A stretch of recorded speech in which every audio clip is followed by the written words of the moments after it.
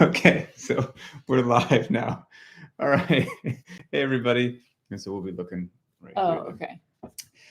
So this is the Ask Me Anything for Lynchpin for it is October 23rd, 2025. And my wife is very excited because normally we have to like crunch into the screen on my phone here. And now I made it so that It's my luxurious. yeah, it's my external monitor. So we've got like much more room. So this is great. So anyway, I've got the questions called up on my phone here from Lynchpin. I But did, of course, first I have to tell you, I did yesterday's workout. the Just- run, deadlift, handstand walk. Yes. And I did handstand walks on aggregate concrete. I would not recommend. My Did you- hands are so bad. 5 meters at a pop. Yeah. Did you ever? How did you do the 5 meters? Is that an unbroken deal? Yeah. Or? Okay. Yeah, Nice. Cool. but- How long did the whole thing take you? I think around 18 minutes, almost exactly. Oh, it took me 1750. No, joking. Okay. All right. Let's see. Yeah, you should. Did you use the new wheel? I did. Yeah, we have one of those wheels, It's like an upgrade. that measures the distance or whatnot. But how did it break? Was it our daughter? I think so. Did she smash Or it against the ground? somebody was playing with it. Okay. Anyway, it broke and we're all good. But let's see. Let's do the shout outs first. So, Lynchpin shout out number 1. Pardon me. This is from Chris G. I did a solo do-it-yourself half Ironman distance triathlon at the speed of a turtle. I have to thank Lynchpin. When I joined in 2020, I found a path to better fitness that I'll always cherish. The base fitness this program has provided me at 51 years old has given me the ability to do things I wouldn't otherwise be able to do. Thanks. Very cool. That also struck in my mind a little teaser I'll give you. Laura, I see you. Good afternoon. Of a video that one of our members posted in the private Facebook group. His name is Ed, and he's in his 50s, and he's got rings hung in a tree in his front yard. Oh, yeah. And he did a strict Very ring cool. muscle up in his mid-50s. I can't remember the exact age. I want to say 56 years old. I have him send me that video, so I'm going to post that video on social media probably over the weekend, maybe on Sunday. Totally cool. Side note, but totally awesome. And let's see. This one's from Jason A. Okay. So this was a while ago when it was a heavy day, and it was sets of 8 hang squat cleans, whatever load that you could do. And he says he's so proud of this one that my prior 1 rep max for a hang squat clean was 155 pounds. And today he did 4 sets of 8 unbroken with 155 pounds. So I would say turning your 1 rep into a set of 8 is pretty good. And final shout out. This is from Tim P. Says, hey, Pat, I just wanted to say a quick thanks for getting Lynchpin off the ground. This is just what my wife and I needed after 10 years at various CrossFit boxes. Very cool. So, okay.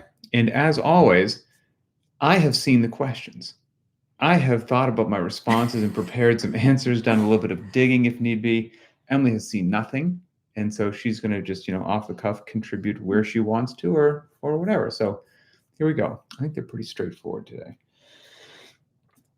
So the first one is there's no wrong answer to this question. This is from Keith G. Says, ignore this if it's been answered previously. What's your favorite style/format for a single workout? Or if you could only do one workout concept for the rest of your life, you could obviously mix the loads and movements, etc. What would you go with, either from a personal enjoyment standpoint or a programming perspective? So for example, I'll start off. Mine, I just love me a good couplet. I just love a simple couplet. I love a classic, again, if I could play with the reps. Well, short answer, couplet. The 21-15-9 descending scheme, not that Fran is fun, but like a weightlifting gymnastics pair, like in Elizabeth, things like that. There's plenty of triplets that I enjoy, and Helen, things like that. But I think a couplet is near and dear to my heart. So that'd be probably my number 1. Just like my least favorite thing. A couplet? Oh, it's so boring. So I'm the opposite. I would say a nice long chipper. Oh, interesting. And I didn't know that. Because I like the doing Philly different 50 things. kind of a thing Yeah, or whatnot? yeah. I like I just don't like to do the same thing over and over again. And if it's a single modality workout, the chances of me skipping it are pretty high. Relatively high. Relatively high. Just- Fair enough. So what did you think of today's, because it was repetitive, or yesterday's? It was they had the 10 rounder of the Yeah, I mean, I run, didn't deads, handstand walk. I didn't mind it. 3 is better than 2. 2 just Okay. messes with me mentally, especially if it's 2 like grueling things that I hate. Like if you Mhm. did like assault bike and squat cleans, no thank you. Yeah, that'd be nasty. That's a good idea though. Melanie, I see you as well. Okay. Next one here. From Sebastian W. I'm sure the name has some kind of special meaning, but what's the story behind Lynchpin? There's no, crazy detailed story. I just remember when I was looking for a name, I did a lot of I would take words that were interesting to me, and I can't remember what they were, but I don't know if there was like fitness, power, whatever it was, and I'd put it into something online that would give me synonyms, like other words, and that would spark something on my mind, which would lead to more words, which would lead to more synonyms, and I wanted to find a name that was short, sharp. I liked what it was. And then the name is one thing, the logo is something else. Like these are all my thoughts initially. And somehow all that weird stuff led me to Lynchpin. And I was like, huh. So the actual like literal meaning of Lynchpin, it's this thing, which says a pin inserted through the axle or shaft to keep a wheel or other rotating part in place, preventing it from slipping off. It's a critical mechanical component that ensures stability and function. So that in and of itself is cool, right? Something that ensures stability and function, and it's a critical part. Then the figurative meaning I thought was really cool when I saw that, because I recognize this from just stuff in the gym. And the figurative meaning is a person or thing that is vital to the success, cohesion, or operation of a system, organization, or process. A linchpin is the central, indispensable element that holds everything together or makes it work effectively. I was like, that's really cool. So I loved the name. I loved that it was short. And I loved that it had an actual real life object that we could make with our logo. So I thought it was really cool. So did you know the background of that? I didn't. I just learned something new today. And I learned that you hate couplets. Let's see. From Paul W. How do you feel about reverse hypers? Useful tool or expensive gym tabletop? Remember that we used to have one. Yes. So I was going to say, it is a wonderful place to put your sweatshirt or your water bottle. it did become. You liked it. I did. It did become a tabletop in the gym. I did use it for quite some time. So we had it, but you're right. It's expensive and it takes up a lot of real estate, like especially in a garage gym. So if it's something you're going to pull the trigger on, I don't know, that means you're not going to use that space for several other things or those funds or whatnot. And we also had our GHD. So after years, we got rid of the reverse hyper just because didn't wind up using it enough. I think I used it a lot initially because it was novel. And then, but I never strayed away from using the GHD for hip and back extensions and, glute ham raises and things like that. So I decided to get rid of that. But to answer your question, is it useful or is it an expensive gym tabletop? It turned into the expensive gym tabletop for us, but reverse hypers certainly have their place, and a lot of people have some really great things to say about them. So if anyone's unfamiliar, they can be used glute and hamstring development, low back strengthening, basically your overall posterior chain. And then a big thing that people champion them for or rally about them is injury prevention and potentially rehabilitation. Now, obviously, we're not medical doctors, so nothing here is medical advice or how you should rehab an injury or whatever nonsensical disclaimer we need to say on the internet these days. But, some things I looked up on it that could articulate it better than me just saying I used it and I liked it. Do what you got to do. You got to go do mom stuff. Reduce spinal loading. So unlike traditional hyperextensions or deadlifts, it minimizes axial compression in the spine, making it safer for those with back issues. That's nice. The eccentric phase can help decompress the vertebrae. That's nice. This can lead to, nutrient diffusion in the spinal discs for those recovering from maybe bulging discs or strains. That's good. It's reported to help with alleviate back pain because it can flush blood into the lower back, all that good stuff. It's joint friendly accessory work. And so those are all good things. And so is it the first thing that I would buy? No, it isn't the second, third, fourth, fifth, or sixth thing that I would buy. But if you've got plenty of room, you've just got, you're just one of those people like, I just don't know what to do with all this square footage and excess cash that I have. It could be certainly a great thing to have. And I'm being humorous. I had one myself and it was great. But I think the big thing is that people give it the nod, whether it's real or not, of rehab from injury. That kind of gets more of a nod than some other pieces of gear. So I think that's where people lean towards it. And, Louis Simmons from Westside Barbell created it, obviously loved it and championed it and all that stuff. So it can turn into an expensive tabletop, but it does also serve a wonderful function. So hopefully it helps make your decision.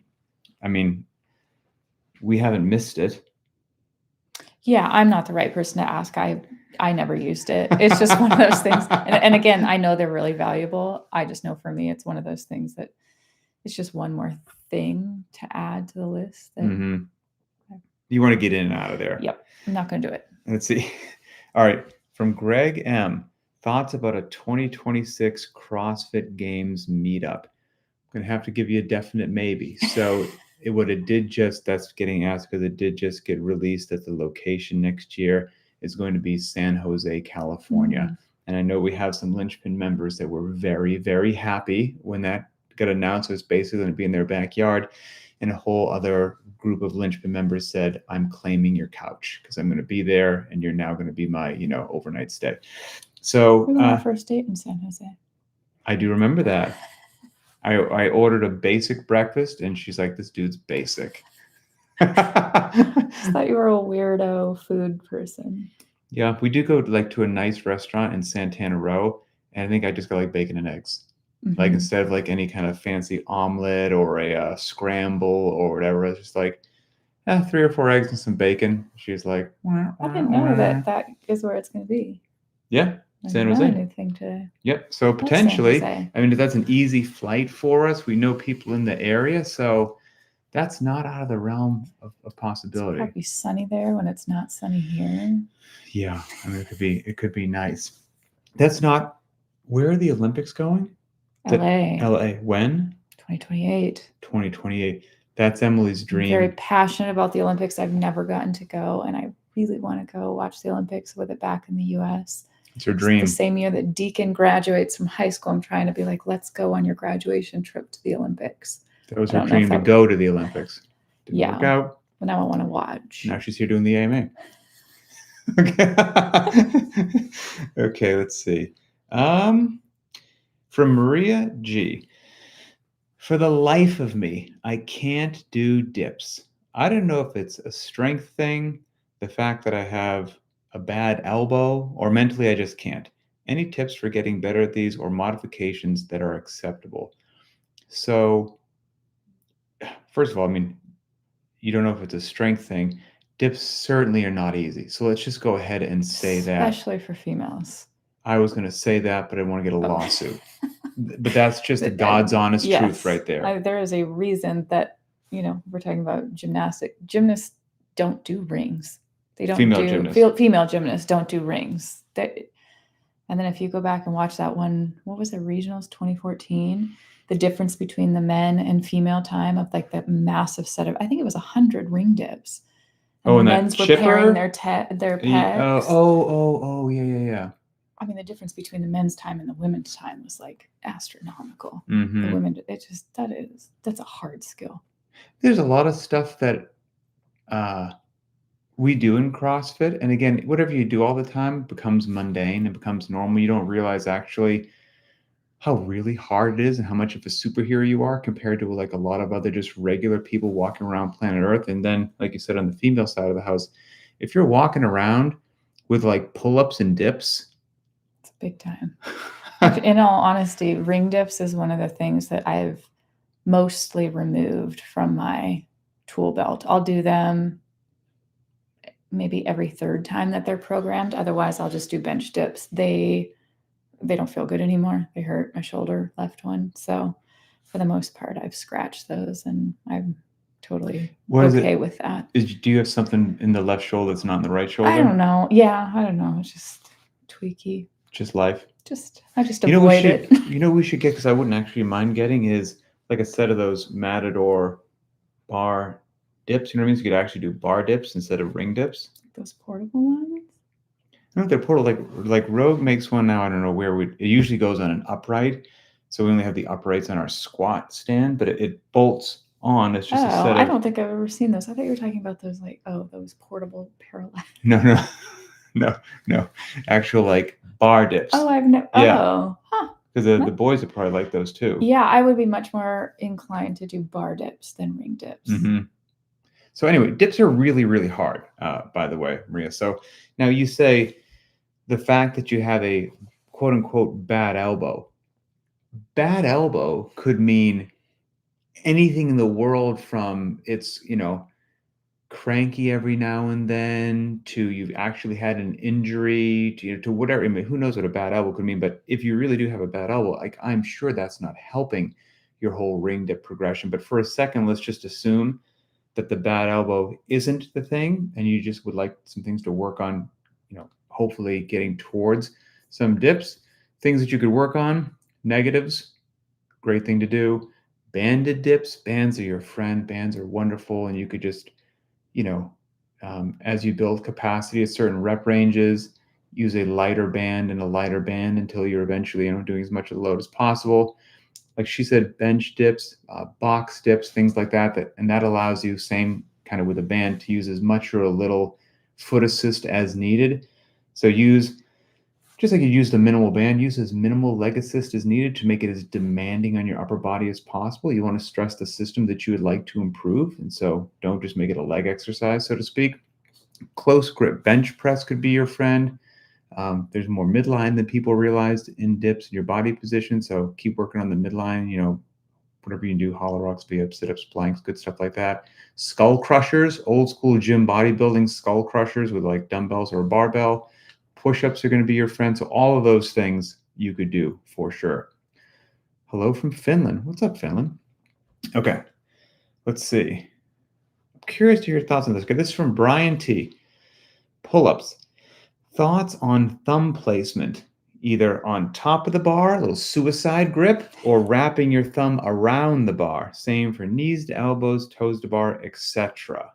I've been asked this question so many times, and I just feel like I should not comment on it because I've never used my thumbs ever, because the background that I come from, the bars are big, so you don't ever use your thumbs. Females don't, men do. It actually gives you a worse grip. Yeah, and you like can't. You do if you're pirouetting, but you wouldn't for many things, because it hinders your ability to like swing.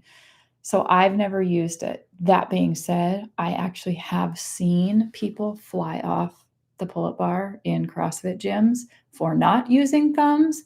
So I always say, I think it's best that you use thumbs unless you have a rigorous background where you grew up on the bars and you're very comfortable, and you can move your hands around really well, and you've got good grip strength, so you're not going to fly. But be safe. Okay, whatever is be safe. I will tell you my anecdotal, just growing up experience. So I came to CrossFit from the military, and in the military, we used the old suicide grip. At least that's all how my unit did it. We didn't, and we also had these outside pull-up bars that we would do tons of pull-ups on, and they were a little bit on the thicker side. So I don't know if now, maybe in hindsight, that's actually why subconsciously we did it. But we all had not wrapping our thumbs. So I couldn't even tell you how many pull-ups like that. So when I got into CrossFit, I hated wrapping my thumb around the bar. I did not do it. I hated people telling me to wrap my thumb around the bar. And it was so unfamiliar to me that and they're like, oh, you're going to be stronger when you do it, and you're activating something in your forearm, so your grip's going to be amazing. I didn't feel any of that. I think because it was so unfamiliar, when I changed it, it felt very awkward, and I was like, it felt focused on it. And I was always really good at pull-ups, and I felt like it made me worse at pull-ups. So for a really, really long time, I continued to not wrap my bar, and I was fine.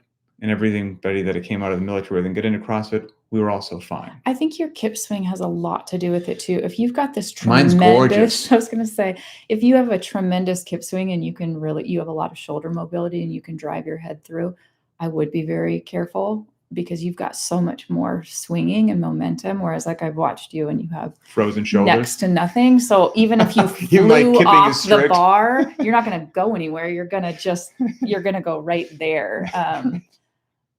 So I think that has a lot to do with it as well. I eventually, but now I do wrap my thumb around the bar, and I don't know when that switched, but I do now. I will say I did fly off the bar many years ago when I first got into CrossFit. I've told you this.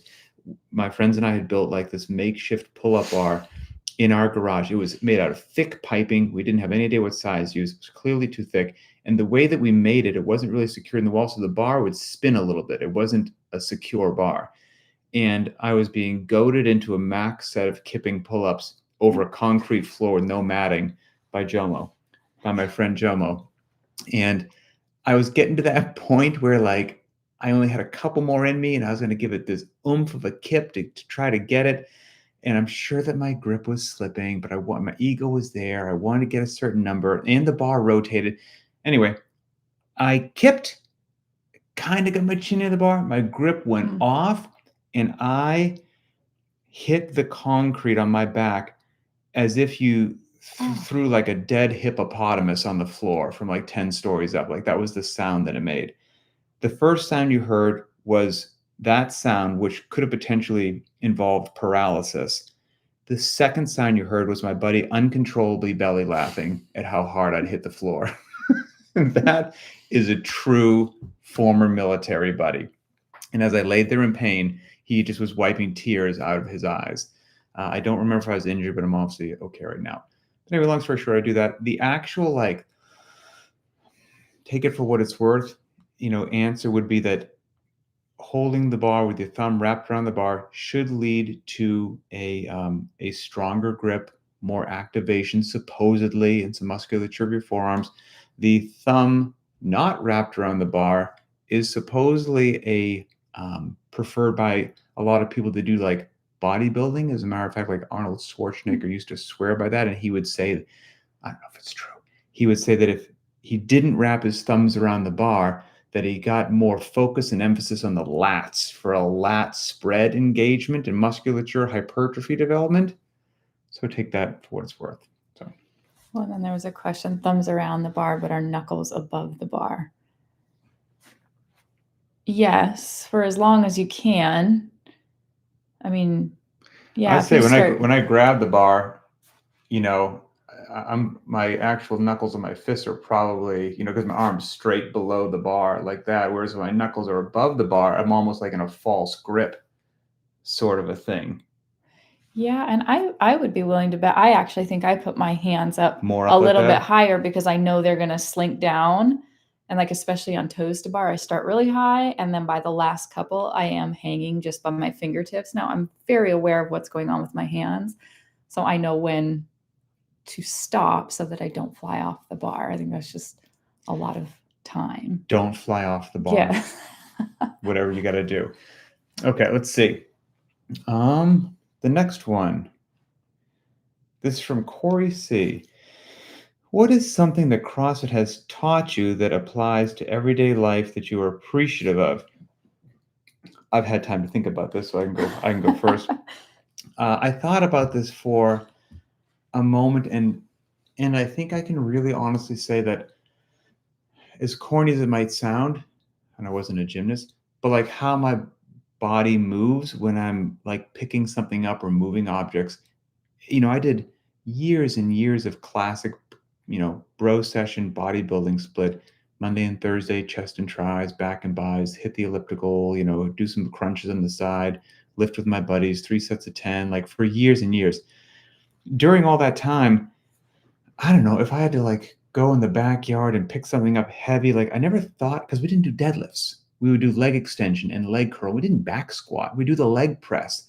But getting into actual like barbell movements and functional movements, which really CrossFit made me do. And I think about the form of a deadlift, the form of a back squat, how are my weights distributed, what's going on with my spine, what's happening with my knees. Like now, if I'm picking up something heavy in the yard or just doing work, like, or, doing something which I'm going to load the back of a truck, I'm like, oh, this is very similar to a clean. I should probably use my hips more than my biceps. I didn't have that going through my head back in my old bodybuilding machine days. And I think about it now. So that's probably one of the coolest things. My answer, I feel like it's going to be really corny too. Like one of those, like, I don't know, quotes that would be on a poster. I think for me, it's that you are capable of doing more than you think you can do. I mean, I know that I've approached so many workouts that it's so intimidating when it's written out. I'm like, there's no way. Or even at the games, I was like, I'll die. That is not going to happen. And then you just have to get started. And I feel like that does segue into real life when you've got 180 things on your to-do list and it feels overwhelming and you're like, there's no way I'm going to do this. And you just have to start the process, and then you just grind and get it done. Did you think it was a low chance of success in the burden run? Oh gosh, yeah. Yeah. All right. Let's see. Final question from the Facebook group, and then we've got a couple from the BTWB squad. From Ryan J. Do you ever test workouts before programming them, or do you suffer through them at the same time as us? If you don't test, how often do you do a workout and it feels like it missed the stimulus you were looking for? So I will say at this point in time, I don't have to test, and this is not supposed to be arrogant or cocky or hubris. It's just, I don't know, it'd be like if you talk to a carpenter or somebody else who's been doing something for a really long time. As you get more reps, you get really good at figuring out, how the house is going to come together or whatever it is. So after 20 years of CrossFit, at 5 workouts a week over the course of 20 years, I mean, I crunch the numbers, it's roughly 5,200 workouts that I've done. And that's just doing the workouts. That's not including, I've put in like far north of the classic 10,000 hours of like programming, analysis, research. I mean, it's very, very, very rare that I'm caught off guard with how a workout goes compared to how I thought when it came in my mind. So much so that I can't even tell you the last time that happened. So usually exactly when I think of something and I think of how it's going to go together and I think of what the interplay will be from the couple days we did before and what we got tomorrow, that's how it goes, in all honesty. Every now and then, I will test a segment of a workout. I'll be like, okay, this is going to go to this is going to go to this. And yeah, that makes sense. But I may have to go into my garage, and if it's a 5-rounder, like I do like a round. And I'm like, okay, yep, that's what I thought. And that happens. But that's not very frequent, in all honesty. Like most of the time when I'm doing this stuff, I put it down, I look at it, I roll through my mind a bunch of times, and it goes out in real life how it's supposed to go. Yeah, so that's so good. Let's see, all right, 2 more here. Okay, this one's a good one. Jacob, my heart's going out to you, brother. Let's see if we can get you some answers here. So from Jacob S. Advice on scaling when it becomes extreme and not minor scaling. I've been an athlete all my life, and I've been doing CrossFit for 10 years and started Lynchpin earlier this year. I've been pretty good at scaling things to fit my needs and still hit the stimulus of the workouts. But the past month and a half, I haven't done a workout because my nagging injuries from the Navy, darn Navy, really hit me hard. I finally got an MRI done, and it looks like I'm going to need surgery on my left hip and my right knee. Until I can get that done, though, I look at the workouts and I can't motivate myself to do a workout because anything using my lower body hurts. It's painful to do squats, box movements, etc. I'm not used to scaling to this extreme. I'm used to looking at something like a box jump, I guess it's saying that you can't do it, and then easily knowing, okay, I'll do a step up instead. It's rough and I'm at a loss of what to do. I don't want to stop working out completely, and I need to get back into the gym in some manner. Any advice for scaling with injuries but still getting in a solid workout? You want me to go or you want to go? You can start. Okay. Sadly, I've dealt with a lot of injuries, none of which are related to CrossFit, which is supposedly dangerous. It's largely been things that happened to me in the military and motorcycles. Those are the two. From hernias to level 5 AC joint separations to breaking my pelvis in the military, getting plates and screws, doing 20 years of CrossFit with that pelvis injury, then it getting to the point of just it was going to need to get cleaned up one day. And so about 2 years ago, I think this November will be 2 years, I had a total hip replacement. So they cut off the head of the femur, replaced that with an artificial joint, then hollowed out whatever's like the acetabulum, put a synthetic cup in there, dealt with that entire recovery. So Jacob, my friend, when I say like I get you like with extreme scaling and like really having to look at the workouts and being like, oof, what I'm going to do today isn't even going to resemble that because of where I am right now. I feel you. I would say what seems difficult with your situation, not knowing much about it, like I needed that surgery. I could still squat and run or whatnot. It gave me pain, but I wasn't making it worse. Like the surgery was coming. And I had to make sure that I warmed up. And some days my body said, you know what? You're not going to back squat today. You're going to lunge. So I'd have to make some things like that. If you can do that, again, not medical advice, find those workarounds. Like if the gross movement pattern is below parallel, and if there's 11 different ways that you can go below parallel today, do any of those 11 fit your life? If so, choose whichever one of the 11 fits your life. Choose the loading that fits your life. If none of those are, because what's also tough for you is you've got something on the right side and something on the left side. If it was just one side, it'd be like, look, until you get your surgery, you're going to do some one-legged stuff. And that one side isn't going to turn into Arnold Schwarzenegger and the other side's not going to be, emaciated. It's not going to be that way. So I would train one side. You get something with both sides, so I don't know if you can. So I'm going to I gave you my advice, like if there's 11 below parallels. I'm going to also say now, let's go with the worst case scenario, which is you can't use your legs at all. Okay, first of all, let's just have some real talk. That sucks. And then give yourself the time to say that sucks and then shake it off and disregard it and drive forward. Really, because you're in charge of your own strength and conditioning, your fitness. And so what can you do? I would become an upper body beast. You can't use your lower body. I would be doing so many strict pull-ups, dips, overhead pressing, bench press. If you can do plank holds, if that's okay with your legs. I don't know if you can lift your legs up and work on like L-sits and V-ups, like all of that stuff. I would try to have the upper body of an Olympic gold gymnast. I mean, like that would be and I'd keep the diet on point, the whole 9 yards. And then is there anything you can do with that lower body? Like maybe running is too impactful. Can you row? Can't row. Can you cycle? Can't cycle. Is there a pool near you? Maybe you can swim. That's easy on the legs.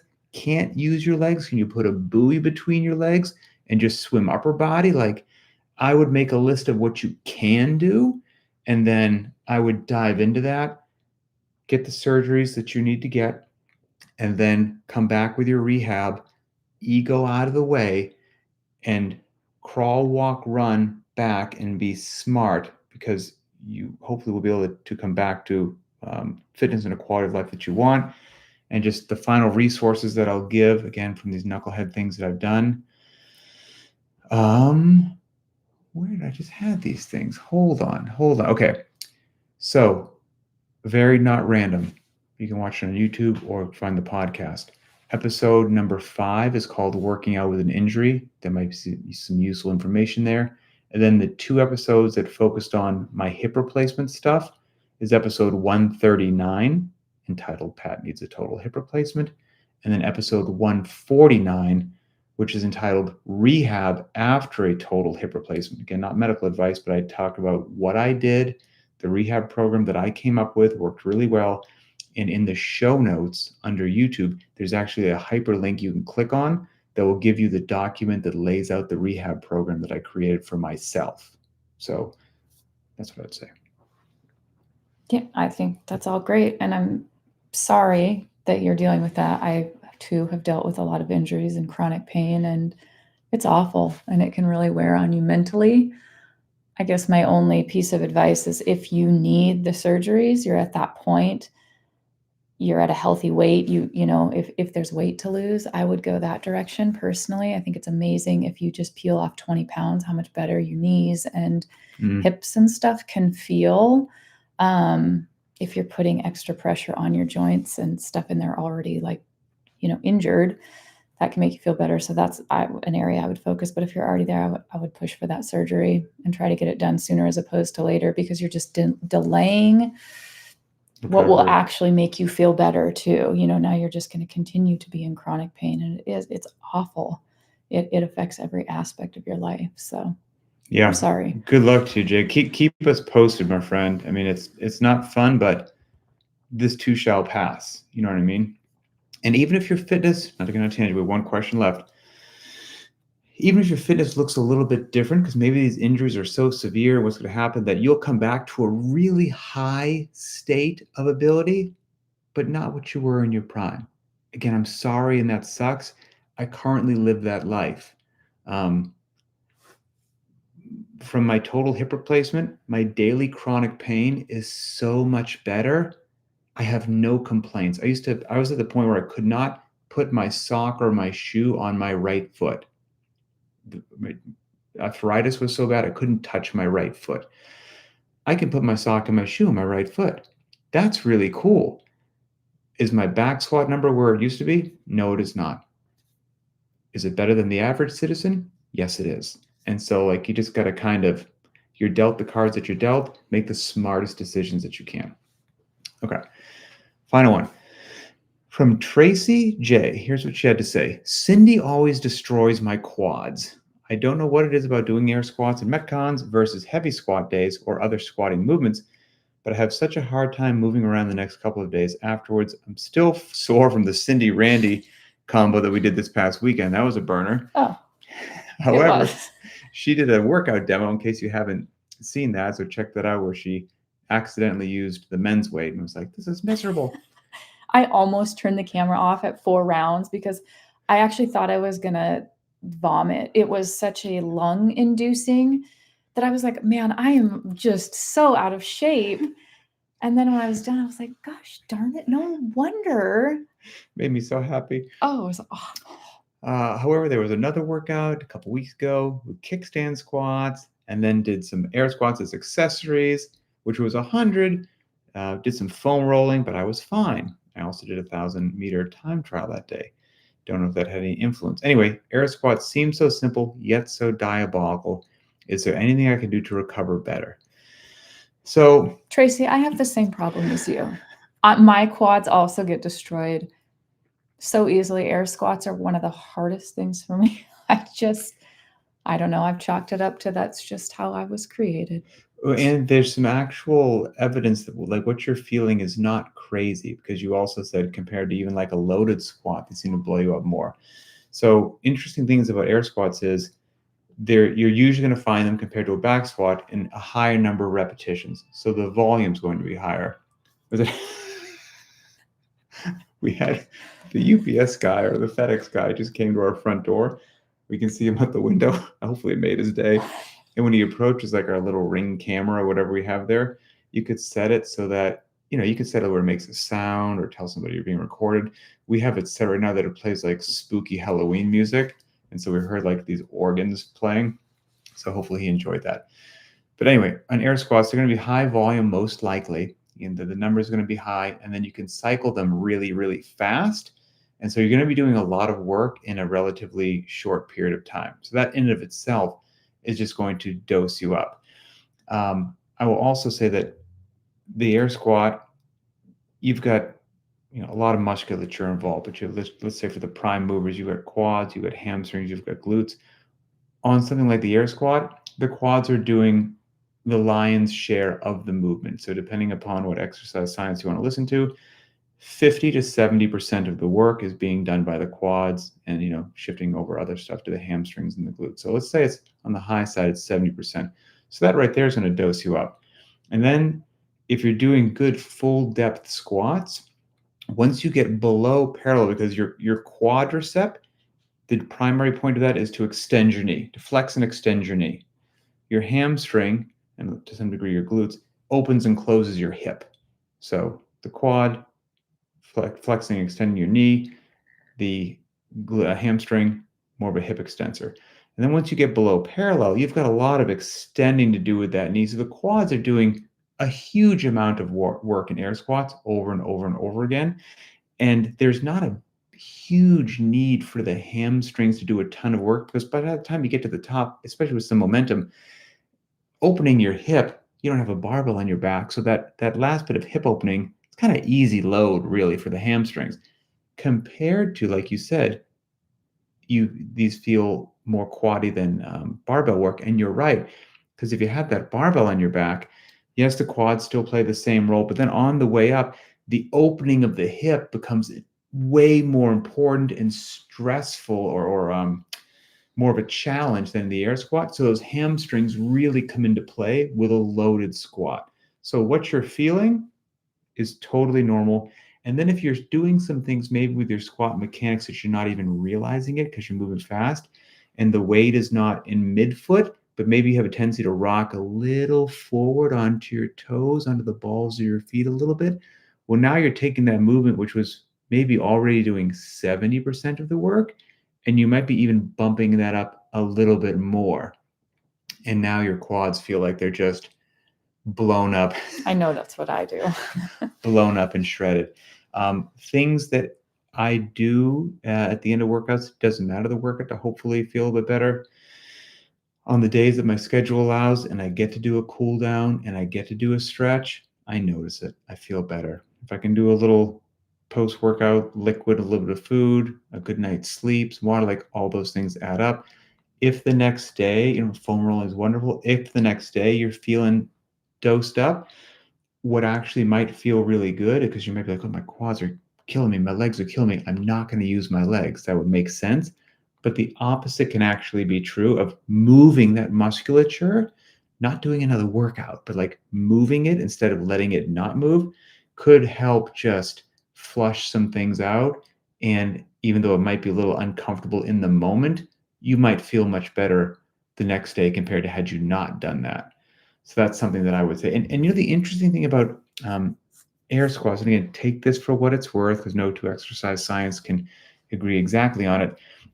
But yes, you're not moving an external load, but they say, especially going below parallel, that the force on the knee joint and is about 60 to 80% of your body weight. Because some of your leg is on the ground, you're not moving it. Your upper body's moving a lot, your leg's moving at a different angle, but about 60 to 80% of your body weight is what you're doing when you're air squatting. So for somebody like me that's like 185, it's an unloaded air squat, but every rep is anywhere from like 111-pound squat to 148-pound squat, over and over and over and over and over. Like, there's a lot of sneaky work happening with air squats. So yeah, that's that. Anything else in the old air squats? No. If you get to the bottom of it and you do something that starts making you feel better, let me know. Yeah. All right. Well, we have a familial visitor at our door right there staring at us. So luckily this is the last question. We're going to wrap it up anyway. And we're going to go do some parent stuff. So thanks, everybody. It's a rest day. It's also a cheat day for me. I'm going to go get some cookies and enjoy. And so have a good time. Enjoy your rest day. And I will see you online tomorrow. Where is the end button? There it is. And end.